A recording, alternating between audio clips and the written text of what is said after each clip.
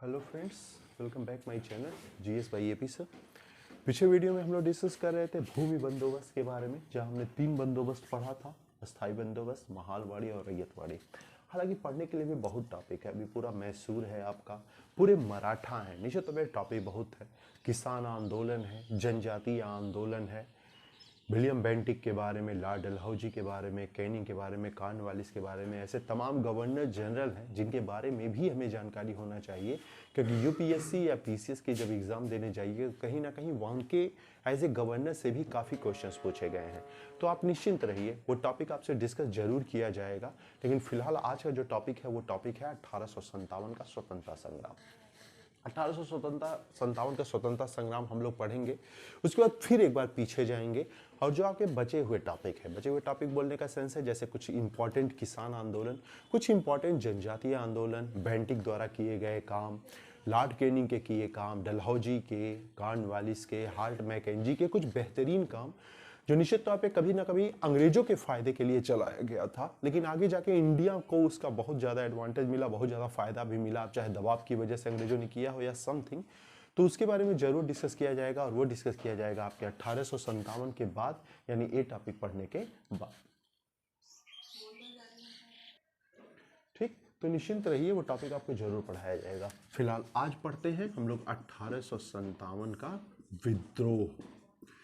सबसे बड़ा प्रश्न तो यही होता है, कुछ लोग इसे विद्रोह कहते हैं, एक छोटा सा सिपाही रेवोल्यूशन कहते हैं, कुछ लोग इसे क्रांति कहते हैं, कुछ स्वतंत्रता संग्राम कहते हैं, अलग अलग नाम इसको बुलाया जाता है। पहले अंतर समझ लेते हैं कि आखिर अंतर है क्या। देखिए, जो विद्रोह है ना, जो स्वतंत्रता संग्राम है, इनसे अंतर होता है। अंतर क्या है? स्वतंत्रता संग्राम को याद रखना, स्वतंत्रता संग्राम को ही हम क्रांति भी बोलते हैं। स्वतंत्रता संग्राम को हम क्या बोलते हैं? क्रांति। दोनों में अंतर है। कोई भी विद्रोह, स्वतंत्रता संग्राम होने के लिए 2 कंडीशन में से किसी एक कंडीशन को फुलफिल करना होता है। 2 कंडीशन बताया है विश्व इतिहासकारों ने, मार्क्सवादी इतिहासकारों ने, कि ये 2 कंडीशन अगर में से एक भी अगर आपने फुलफिल किया तो आपका जो वो विद्रोह है ना, वो एज ए स्वतंत्रता संग्राम है या वो क्रांति है। लोगों ने पूछा कौन कौन से कंडीशन है, तो सिंपल लैंग्वेज में उन्होंने समझाया। पहला कंडीशन, कोई भी विद्रोह, स्वतंत्रता संग्राम या क्रांति तब माना जाएगा जब उस विद्रोह में सभी वर्गों का समर्थन होना चाहिए।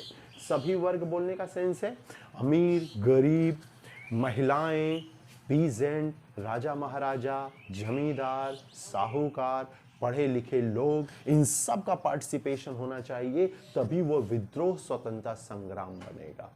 1857 स्वतंत्रता संग्राम नहीं है, नहीं सर, क्योंकि महिलाओं ने इसमें पार्टिसिपेट ही नहीं किया, गरीबों ने पार्टिसिपेट ही नहीं किया, तमाम राजा महाराजा ने पार्टिसिपेट ही नहीं किया, साहूकारों ने पार्टिसिपेट ही नहीं किया, आपके मध्य जो मिडिल लोग हैं यानी पढ़े लिखे इंसानों ने सपोर्ट ही नहीं किया। तो किस हिसाब से आप इसे स्वतंत्रता संग्राम कहेंगे? यानी जो पहला कंडीशन है आपने उसे फुलफिल नहीं किया। चलिए, दूसरा कंडीशन क्या होता है? दूसरा कंडीशन होता है कोई भी विद्रोह स्वतंत्रता संग्राम तब माना जाता है जब उस विद्रोह ने वहां का तख्ता पलट कर दिया हो।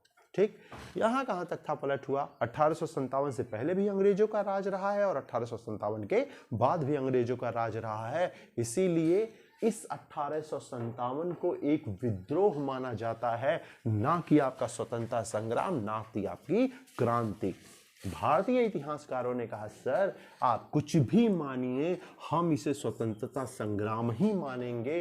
क्यों? क्योंकि इन्होंने पहली बार अंग्रेजों को दिखाया कि ब्रिटिश गवर्नमेंट अगर भारतीय एकजुट हो गए तो आपको यहां जाने से, यहां से भागने से कोई रोक नहीं सकता। यही कारण है विश्व इतिहासकार इसे कुछ भी माने, हम स्वतंत्रता संग्राम ही मानते हैं। और यही कारण है वीर सावरकर ने 1857 को स्वतंत्रता संग्राम की श्रेणी में रखा है। तो याद रखिएगा, उस समय के इतिहासकारों में वीर सावरकर अकेले इतिहासकार रहे हैं जिन्होंने 1857 को एज ए स्वतंत्रता संग्राम माना है।